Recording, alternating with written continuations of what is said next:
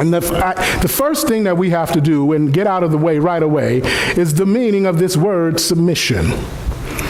Because what it has come to mean today is one that has a deal of authority over another.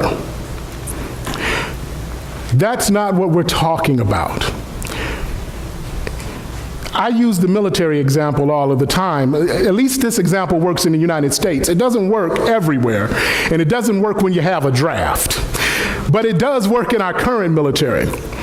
Because when I went into the military, I was given a contract, and it said, this is what we're going to do, this is what we expect of you.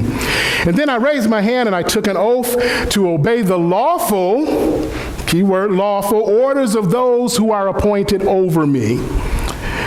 In other words, I agreed to submit myself to the authority of those officers who were higher than I was.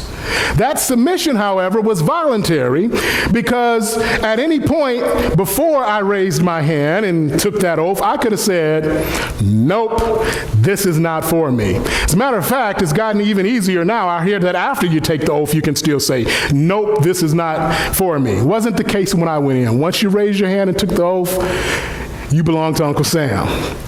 But it was voluntary. And so it's important for us to remember that. It's important for us to remember our faith is voluntary.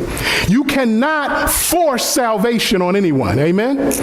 And that's why it's important for us to remember that we cannot force people to be Christian. We can make them say they are, but we can't force them. This has got to be something that is done out of the heart that we choose.